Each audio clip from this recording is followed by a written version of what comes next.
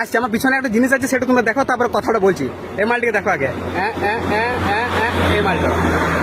দুনিয়াতে যদি সবথেকে বেশি কেউ গাল খেয়ে থাকে তাহলে হচ্ছে স্টেট বাসের ড্রাইভারগুলো।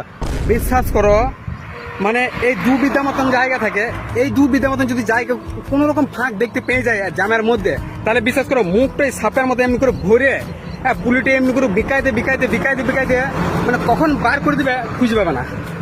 রোডের পাশে যদি দাঁড়ায় থাকো না, তোমার গাঁড় ঘেঁষে এমন করে গাড়িটা নিয়ে যাবে, তুমি বুঝতে পারবে না যে বাস গেল না পিছন দিক থেকে আইলা ঝড় চলে গেল।